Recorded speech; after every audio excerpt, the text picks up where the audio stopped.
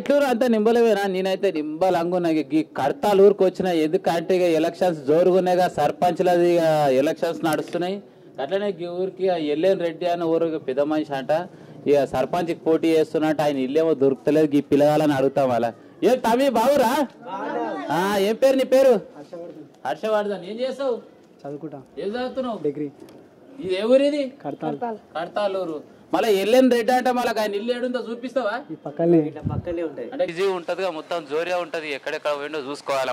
ఏం పేరు నీ పేరు? సుమతమ్మ. సుమతమ్మ. మీ కొడుకేనా ఎల్లేని రెడ్డి? అన్నా నమస్తేనే. ఎట్లున్నావు? మంచిగున్నావా? నేను పట్నంకి వెళ్ళి వచ్చినా తెలుసా, నీ గురించి అడుచుకుందామని. మళ్ళీ సర్పంచ్కి పోటీ చేస్తున్నావంట, ఇక ప్రజలకు ఎట్టెట్లా సేవ్ చేస్తావు. ఇగో నిలవాడు అయితే నాతో జోలు పెట్టే శాత కాదు. దా మళ్ళీ కూర్చుందాం. అన్నా శరార్థనా? నమస్కారం. ఎట్లున్నావు? బాగున్నా. మంచిగున్నావా? ఏం పేరు నీ పేరు? నా పేరు లక్ష్మీ నరసింహారెడ్డి. లక్ష్మీ నరసింహారెడ్డి. ఎల్లేని ఎట్లున్నావు మళ్ళా? బాగున్నా. మరి నీ తరఫు నుంచి మొన్ననే ఆంగ్ల సంవత్సరం కొత్త సంవత్సరం వచ్చింది, అట్లనే సంక్రాంతి పండుగ అయితే ధూమ్ ధామ్ జరిగింది. నీ తరఫు నుంచి అందరికి ఒకసారి శుభాకాంక్షలు చెప్పిగా. అందరికీ సంక్రాంతి శుభాకాంక్షలు. అందరూ పండుగ చాలా మంచిగా జరుపుకున్నారని ఆశిస్తున్నాను. అగ్గో సంక్రాంతి పండుగ అయితే అందరు ధూమ్ ధామ్ చేసుకోరు. ఇక నేను కూడా పోయేటాను అట్లా భీమవరం కోళ్ళ పందాలకు పోతే నీ ఆమె పైసలు ఖర్చు పెట్టకున్నా సరే, కానీ చూసి వస్తే పానం నిమ్మలాగా ఉంటుండే. ఇప్పుడు ఎలక్షన్స్ ఉన్నాయిగా, జర బిజీ అయిపోయినా. అట్లనే ఇక ఈ ముచ్చట్లు కూడా మొత్తం క్లియర్గా అడుచుకుందాం అన్నతోటి. అన్న చెప్పాలి మళ్ళీ, ఇక మీరు సొంత ఊరు అయితే ఇదే అంటావు? నా సొంత ఊరు ఇదే, కడతాల్ గ్రామము. కడతాల్ గ్రామం, మండల్ కూడా ఇదే, నూతనంగా ఏర్పడ్డది ఈ మండలము. ఇంతకు ముందుకు ఏది ఉండే? ఆమన్గల్ మండలం, కల్వకుర్తి నియోజకవర్గం మాది. మేము ఇంతకు ముందుకు మహబూబ్నగర్ జిల్లాలో ఉండే పూర్వము. మన జిల్లాల పునర్విభజనలో భాగంగా రంగారెడ్డి జిల్లాలో విలీనం చేయబడ్డది. ఓకేనా అన్న? ఇక చెప్పాలా మళ్ళీ, ఇవాళ నిన్ను ఏం అడగా కొన్ని ముచ్చట్లు ఆడుతాయి. ఎందుకంటే సర్పంచ్లు నిలబడుతున్నావు అంటే ఇక నలుగురికి సేవ చేయడానికి ఇది ఒక అంకిత భావం ఉంటేనే అడుగు ముందుకేస్తారు. ఇక ఆ భావంలో నీ భావాలు ఎట్లున్నాయో మొత్తం నేను తెలుసుకోనికి వచ్చిన. ఇక మా ఊరు ఈ ఊరు ఆ ఊరు కాదు, హైదరాబాద్కి వెళ్ళి వచ్చిన నేను. ఇక కడతాలంటే మంచి పేరు. ఇంకోటి కడతాలని గుర్తొచ్చేది అమ్మవారి మైసిగంటి గుర్తొస్తుంది. ఎందుకంటే ధూమ్ ధామ్ అన్నిటికీ రెడీగా ఉంటుంది. అట్లనే అమ్మవారు ఎవరు మొక్కులు మొక్కినా చల్లగా చూస్తుంది. ఇక అట్లనే కడతాల్ గ్రామం సర్పంచ్ అయినావంటే రేపు నువ్వు కూడా మాకు మంచి సేవలు చేస్తావు మేము కూడా అనుకుంటున్నాం. అన్న చెప్పాలి, ఇక మొదటిసారి మీ నాయన పేరు ఏం పేరు, అమ్మ పేరు ఏం పేరు చెప్పిగా. మా తండ్రి గారి పేరు గూడూరు మనోహర్ రెడ్డి. గూడూరు మనోహర్ రెడ్డి. మా తల్లి గారి పేరు గూడూరు సుమతమ్మ. మేమిద్దరు సంతానము. మా సిస్టర్ అంటే నాకంటే పెద్ద ఆమె పుష్పలత, నా పేరు గూడూరు లక్ష్మీ నరసింహారెడ్డి. మరి ఎల్లేని రెడ్డి అని ఇట్లా సగం కొట్టి పెట్టిరు, మళ్ళీ పేరేందో హైలైట్ ఉంది. మరి దీని గురించి అంటే నేను స్కూలింగ్ చేసేటప్పుడు, స్కూల్లో ఉన్నప్పుడు గూడూరు లక్ష్మీ నరసింహారెడ్డి అని పిలవాలంటే కొంచెం అందరు ఇబ్బంది పడేటోళ్ళు. సో మా సార్లు కానీ, మా టీచర్లు కానీ, నా తోటి విద్యార్థులు కానీ, నాకు ఫ్రెండ్స్ అందరూ షార్ట్ కట్లో ఎల్ఎన్ అని పిలిచేటోళ్ళు. ఎల్ఎన్ అని పిలిచేటోళ్ళు. సో అట్లా నాకు అందరు కూడా ఎల్ఎన్ రెడ్డి అనేది ఒకటి షార్ట్ ఫామ్ లో వచ్చేసి, అందరు అభిమానులు దోస్తులు అందరు కలిసి అంటే పలకడానికి ఈజీగా ఉంటది కాబట్టి ఎల్ఎన్ రెడ్డి అని. మళ్ళీ ఈ తాపనం సర్పంచ్ కి పోటీ చేయాలనుకుంటున్నావు. మళ్ళీ ఇంతకు ముందుకు రాజకీయ అనుభవం ఏమైనా ఉందా నీకు? రాజకీయంగా మేము సుమారుగా ఒక 40 సంవత్సరాల నుంచి మా కుటుంబం రాజకీయంలో ఉంది. 40 ఏళ్ల సంధి. మా తండ్రి గారు సుమారుగా ఒక 35 సంవత్సరాలు సుదీర్ఘంగా రాజకీయం చేశారు. ఎన్నో సామాజిక కార్యక్రమాలు, చాలామంది నిరుపేదలకు, బడుగు బలహీన వర్గాల వారికి, బీసీ ఎస్సీ ఎస్టీ మైనార్టీ వాళ్ళకు అన్ని విధాలుగా అన్ని రకాలుగా సహాయం, తనకు వీలైనంత మేరకు వారికి వీలైనంత వరకు వారికి ఎన్నో సేవలు అందించిండు. ఇంతకుముందుకు నాయన ఏ పార్టీలో చేసిండు? మేము కాంగ్రెస్ పార్టీలో ఉండే. కాంగ్రెస్ పార్టీ కడతాల్ గ్రామంలో ఆవిర్భవించినప్పటి నుండి మేము కాంగ్రెస్ పార్టీలోనే ఉండే. కాకపోతే కొన్ని అనివార్య కారణాల వల్ల గుర్తింపు అనేది లేదు అనే ఒక ఉద్దేశంతో, ఇంకా కాంగ్రెస్ పార్టీకి భవిష్యత్తులో కూడా అవకాశం ఉండే పరిస్థితి కనిపించకపోవడంతో మనం కూడా అభివృద్ధి వైపు ప్రయాణిస్తున్నటువంటి బంగారు తెలంగాణలో పాలు పంచుకోవడానికి మనం కూడా భాగస్వాములం కావాలని చెప్పి నాతో ఉన్నటువంటి నా మద్దతుదారులు కానీ, గ్రామ పెద్దలు కానీ, కార్యకర్తలు కానీ, వారందరి సమ్మతి మేరకు మనం ఏ పార్టీలో ఉన్నది ముఖ్యం కాదు, గ్రామాన్ని అభివృద్ధి చేయాలి, మన ప్రాంతాన్ని అభివృద్ధి చేయాలి. ఈ ప్రాంతాన్ని అభివృద్ధి చేయాలి అని అంటే మనకు ముఖ్యంగా పార్టీతో సంబంధం లేకుండా ఎవరైతే అభివృద్ధి చేస్తారో, ఎవరి వెంటుంటే మనకు అభివృద్ధి జరుగుతుంది అని చెప్పి ఆలోచించి ఈ నిర్ణయం తీసుకున్నాము. ఆలోచించి మళ్ళీ దేంట్లోకి టీఆర్ఎస్ పార్టీలోకి వచ్చాం మేము. టీఆర్ఎస్ పార్టీలోకి వచ్చిన తర్వాత కూడా ఈరోజు తెలంగాణ రాష్ట్రంలో కేసీఆర్ గారి పథకాలకు, వారు చేసినటువంటి మంచి పనులకు, ఆ స్కీమ్లకు మేము ఆకర్షితులమై టీఆర్ఎస్ పార్టీలో జాయిన్ కావడం జరిగింది. నాతో పాటుగా పెద్ద సంఖ్యలో మద్దతుదారులు, కార్యకర్తలు కాంగ్రెస్ పార్టీ నుంచి మిగతా పార్టీల నుంచి కూడా చేరడం జరిగింది. అదేవిధంగా కాంగ్రెస్ పార్టీ వారు మమ్మల్ని గుర్తించకపోయినా మమ్మల్ని వచ్చిన వెంటనే గుర్తించినటువంటి తెలంగాణ రాష్ట్ర సమితి పార్టీ మమ్మల్ని గుర్తించి మా పనితనాన్ని మెచ్చి మాకు నూతనంగా ఏర్పడినటువంటి మండల కేంద్రంలో సర్పంచ్గా మాకు మద్దతు తెలపడానికి వాళ్ళు ముందుకొచ్చారు. మరి టీఆర్ఎస్ పెద్ద నాయకులందరికీ కూడా, ముఖ్యంగా జైపాలన్నకు కూడా ప్రత్యేకంగా ధన్యవాదాలు తెలియజేస్తా ఉన్నాను. ఇంతకుముందుకు నువ్వు ఇప్పుడు చెప్పారు కదా 30 ఏళ్ళు కాంగ్రెస్లో చేసిర్రు అంటే మీ నాయన చేసిన, మరి నువ్వు ఇంతకుముందుకు ఎలక్షన్లలో వార్డు మెంబర్ కానీ అలాంటివి ఏమైనా చేసినావా? మేము రాజకీయంలో ఉన్నప్పటి నుంచి ఇప్పటి వరకు మాకు ఎప్పుడు కూడా ఏ అవకాశం కూడా రాలేదు. అంటే రాలేదు ఇన్ ద సెన్స్ ఇవ్వలేదు మాకు. గతంలో మేము 2014 నుంచి మేము క్రియాశీలకంగా చల్లా వంశీచంద్రెడ్డి గారి వెంట మేము మా ప్రయాణాన్ని కొనసాగించాము. నేను కూడా ఎన్నో సేవా కార్యక్రమాలు మా కడతాల్ గ్రామంలో మా పట్టణ ప్రజలకు చేస్తూ అన్ని వేళల్లో అందుబాటులో ఉంటూ వాళ్లకు నా వంతు నా శక్తికి మేరకు నేను వాళ్ళకు సేవలు అందించేటువంటి కార్యక్రమంలో నేను ముందుకు పోయినాను. మళ్ళీ ఇప్పుడు నీకు సర్పంచ్కే పోటీ చేయాలని ఎందుకు అనిపించింది? అంటే ఇప్పుడున్నటువంటి పరిస్థితులలో కడతాల గ్రామము అనేది కొత్తగా నూతనంగా ఏర్పడింది మండలం. అవును. ఈ మండలాన్ని మనము తెలంగాణ రాష్ట్ర సమితి ప్రభుత్వం ఏర్పాటు చేసింది. అవును. ఎమ్మెల్యే గారు కూడా జైపాల్ యాదవ్ ఉన్నారు. ఇక్కడ కూడా మనకు ఒక సమర్థవంతమైనటువంటి నాయకుడు ఉంటే మన ప్రాంతాన్ని అన్ని విధాలుగా మనం అభివృద్ధి చేసుకోవచ్చు. అంటే మనకు నిధులు ఎక్కడెక్కడి నుంచి అయితే వస్తాయో మనకు నిధుల వరద కానీ అవన్నీ కూడా మనకు వస్తాయి. ప్రాంతాన్ని మనం సంపూర్ణంగా అభివృద్ధి చేసుకోవచ్చు. గతంలో ఉన్నటువంటి నాయకులు కూడా వారికి వీలైనంత విధంగా, ఎవరికి చేతనైనంత విధంగా వారు కష్టపడ్డరు, పనిచేసిరు. ఊర్లో వాళ్ళు చేయలేదనేది ఏం లేదు. కానీ ఇప్పుడున్నటువంటి పరిస్థితులకు, ఇప్పుడున్నటువంటి ఆధునిక సిచ్యువేషన్కి మనం కూడా కొంచెం ఇంకా డెవలప్ చేయాల్సినటువంటి అవసరం ఉంది అని చెప్పి నేను దీన్ని ఎంచుకున్నాను. అంటే ఇంతకుముందుకున్న పాత సర్పంచ్ ఏ పార్టీ నుంచి ఉండు, మళ్ళీ ఎట్లా పనులు చేసిండు? అంటే గతంలో ఉన్నటువంటి సర్పంచ్లు తెలుగుదేశము, కాంగ్రెస్ పార్టీ నుంచి చేశారు. వాళ్ళు కూడా అప్పుడున్న పరిస్థితులకు తగ్గట్టు మంచి పనులే చేసిర్రు. కాకపోతే అప్పుడు నిధులు ఇంత పెద్ద మొత్తంలో వచ్చేవి కావు. వాళ్ళకు ఉన్నటువంటి వాళ్ళ చేతులు ఉన్నంత కాడికి వాళ్ళ పని అయితే చేసిరు. మళ్ళీ ఇప్పుడు నేను కొత్తగా సర్పంచ్ నిలబడ్డావు, సరే గెలిచినావు, నేనైతే గెలిచినవే అనుకుంటున్నా. మళ్ళీ గెలిస్తే ఈ ప్రజలకి ఏమేమి సేవలు చేద్దాం అనుకుంటున్నావు? ముఖ్యంగా కడతాల్లో మంచినీటి కొరత ఉంది. నీళ్లు గతంలో కూడా మేము అంటే ఎండాకాలంలో మొత్తం విలేజ్లో ఒక 2 నెలల పాటు ఉచితంగా మినరల్ వాటర్ పోపించాము. ప్రతి ఇంటికి మినరల్ వాటర్ పోపించాను. అంటే డైలీ ఒక 20 నుంచి 25 వేల లీటర్ల నీళ్లు పోపించిన సుమారుగా 2 నెలలు. అంటే ఇంతకు ముందుకు నువ్వు ఏం పోస్టు లేకుండా చేసినాను. అయితే ఫస్ట్ మన కడతాల్ గ్రామానికి మినరల్ వాటర్ ప్లాంట్లు ఏర్పాటు చేయాలి. అంటే ఫ్రీగా, ఇంత పెద్ద 4500 జనాభా కలిగినటువంటి గ్రామం. ఈ గ్రామాన్ని 4 భాగాలుగా విభజించి వాటర్ ప్లాంట్లు ఏర్పాటు చేయాలి.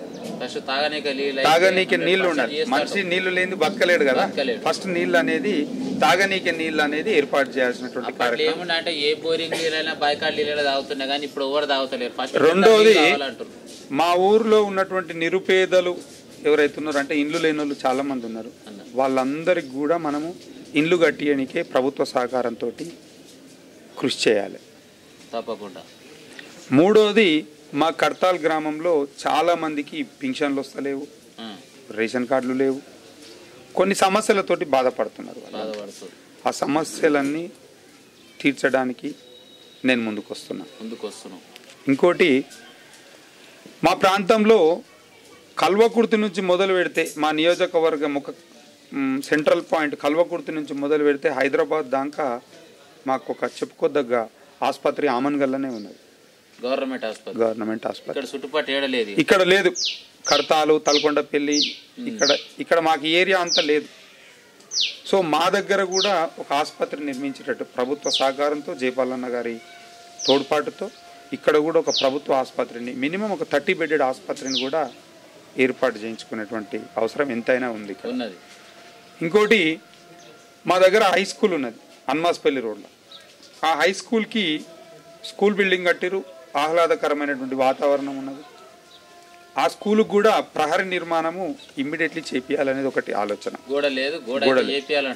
అంటే కొన్ని దాంట్లో ఏమైపోతుందంటే ఆ గోడ లేకపోవడం వల్ల పవిత్రమైనటువంటి ఆ పాఠశాలను కొద్దిగా ఇబ్బందికరంగా మార్చుతున్నారు. చుట్టుముట్టు గోడ లేదనుకో, ఆటలు పాటలు ఇబ్బంది అవుతున్నారు. దాంతో పాటుగా ఇంకా చాలా కార్యక్రమాలు, డెవలప్మెంట్ యాక్టివిటీస్. అంటే మేమేమనుకుంటున్నామంటే, ఇప్పుడు ఎలక్షన్లో ఓట్లు అడగనీకే ప్రతి ఇంటికి 4 నుంచి 5 సార్లు 10 సార్లు, అంటే చేతనైన వాళ్ళు 10 సార్లు, చేతగాని వాళ్ళు 4 సార్లు ఇట్లా తిరుగుతున్నారు. రేపు గెలిచిన తర్వాత కూడా ప్రతి ఇంటికి డోర్ టు డోర్ పోవాలి. మళ్ళా డోర్ టు డోర్ పోవాలి. ఒకటి కాదు, మళ్ళీ 4 సార్లు అయినా పోవాలి. పోయి ఆ ఇంట్లో ఉన్నటువంటి మనుషులకి పింఛన్ ఎవరికి వస్తలేదు, రేషన్ కార్డు ఎవరికి లేదు, నీ ఏ సమస్యతో బాధపడుతున్నావు అనేది ఒక డీటెయిల్స్ కలెక్ట్ చేసి, పింఛన్ రాకపోతే ఎందుకు వస్తలేదు అంటే వయస్సు లేదా. ఇప్పుడు ఎందుకంటే మొన్ననే మన ముఖ్యమంత్రి గారు ప్రకటించారు, పింఛన్ అనేది 57 సంవత్సరాలకే, 57 సంవత్సరాలు నిండిన వారు అర్హులు అని చెప్పి ప్రకటించారు. సో ప్రతి ఇంటికి పోయి పింఛన్ ఎవరికి వస్తలేదు, రేషన్ కార్డు ఎవరికి వస్తలేదు, భూమి ఉంటే రైతు బంధు ఎవరికన్నా వస్తలేదా, కేసీఆర్ కిట్టు ఎవరికన్నా ఇవ్వాల్సినటువంటి అవసరం ఉందా, వాళ్ళకి ఇస్తున్నారా లేదా, లేకుంటే షాదీ ముబారక్ కానీ, కళ్యాణ లక్ష్మి కానీ ఈ పథకాలు అందుతున్నాయి. తెలంగాణ రాష్ట్ర సమితి నుంచి, అంటే తెలంగాణ ప్రభుత్వం నుంచి నిరుపేదలకు, బడుగు బలహీన వర్గాల వారికి, అణగారిన వారికి ఏవైతే ప్రభుత్వ పథకాలు చెందాల్సి ఉందో అవన్నీ వాళ్ళకు వస్తున్నాయా, వస్తలేవా, రాకపోతే ఎందుకు వస్తలేవు, ఇదంతా ఒక డీటెయిల్డ్ రిపోర్ట్ తయారు చేయాలన్నది నా ఉద్దేశం. ఎందుకంటే నేను చదువుకున్న, మా తల్లిదండ్రులు నన్ను ఏదైనా మంచి ఉద్యోగం చేయాలని అనుకున్నారు. అన్న నేను అడుగుతా, ఏం చదివినావు?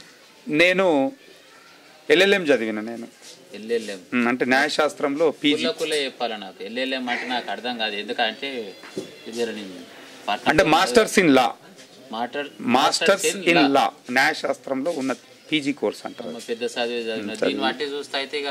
అయితే మనం చదివినటువంటి చదువుకి సరే ఉద్యోగం చేయకపోయినా పర్వాలేదు, ఏదో ప్రజలకు సేవ చేయాలి. మనం చదువుకున్నటువంటి చదువుని ఈ సేవ చేసే దాంట్లో ఒక సిస్టమేటిక్ ఆర్డర్లో చేయాలనేది నా ఆలోచన. అందరు ఏమనుకుంటారు ఎరకనా, ఎలక్షన్స్ రాగానే కోటర్లు వంచవచ్చు, బీర్లు వంచొద్దు, మన కోట్లు వేసేస్తారు, అయిపోయా గెలవంగానే ఏముందిరా చుట్టుముట్టు ఉన్న ఏడా కొంచెం ప్రభుత్వ భూమి ఉందా, కబ్జా చేసినా, నా ఇల్లు కట్టుకున్నా అని చూస్తారు. కానీ ఇంత మంచి లీడర్ దొరకడం అంటే మామూలు మాట కాదు అన్న. మొత్తం మీద అయితే నువ్వు చెప్పిన జోళ్ళన్నీ నాకు మస్తు నచ్చినాయి. ఇక నువ్వు కూడా గెలవాలని చెప్పేసి నేను కూడా కోరుకుంటున్నా. ఇక చూడురి, ఈ కడతాల్ గ్రామంలో ఉన్న ప్రజలకు అందరికి నేను చెప్పే ముచ్చట ఒకటే. ఇక ఈ అన్న చెప్పిన ముచ్చట్లు అయితే ఇక నేను కొంచెం అనుకున్నా కానీ జబర్దస్త్గా చెప్పిండు. ఇక మీ ప్రకారం కూడా ఆలోచించుకొని ఒక్కసారి మీరు వేసాం మీ పవిత్రమైన ఓటు ఈ కోటర్ శీషలకు, ఓటుకు 500కు 1000 రూపాయలకు లొంగకుండా ఒక మంచి నాయకుడిని మీరు చూసుకొని, మీరు ఆలోచించుకొని ఓటేసి గెలిపించుకున్నట్టయితే మీ గ్రామం అభివృద్ధిలకు సాగుతుందని చెప్పేసి నేను కూడా కోరుకుంటున్నా.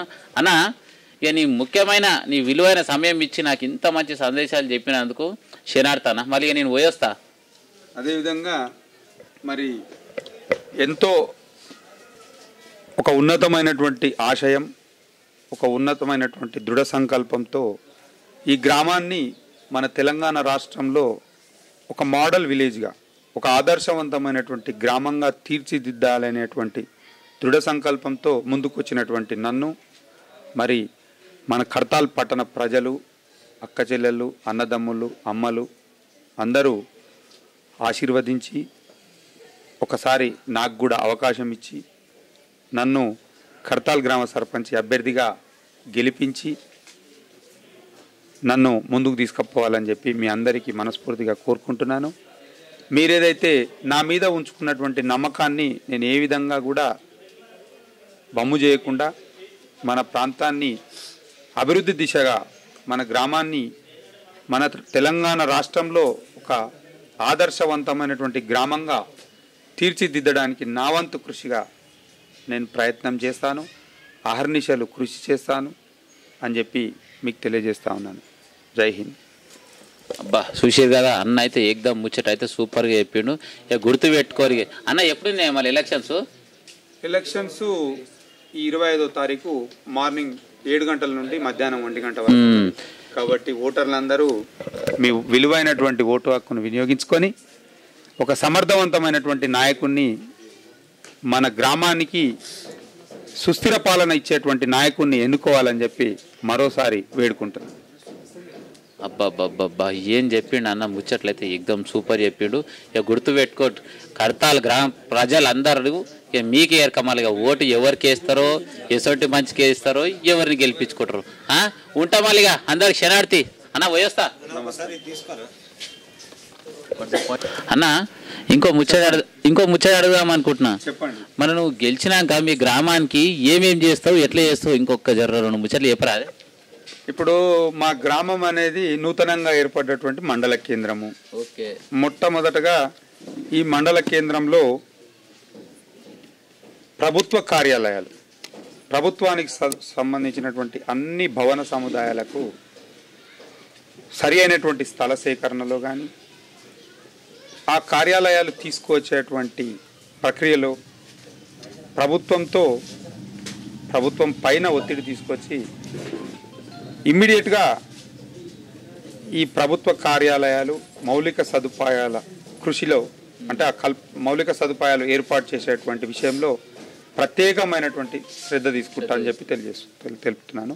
అదేవిధంగా మా గ్రామంలో పారిశుద్ధ్యం పైన కూడా చాలా ఇబ్బంది ఉంది.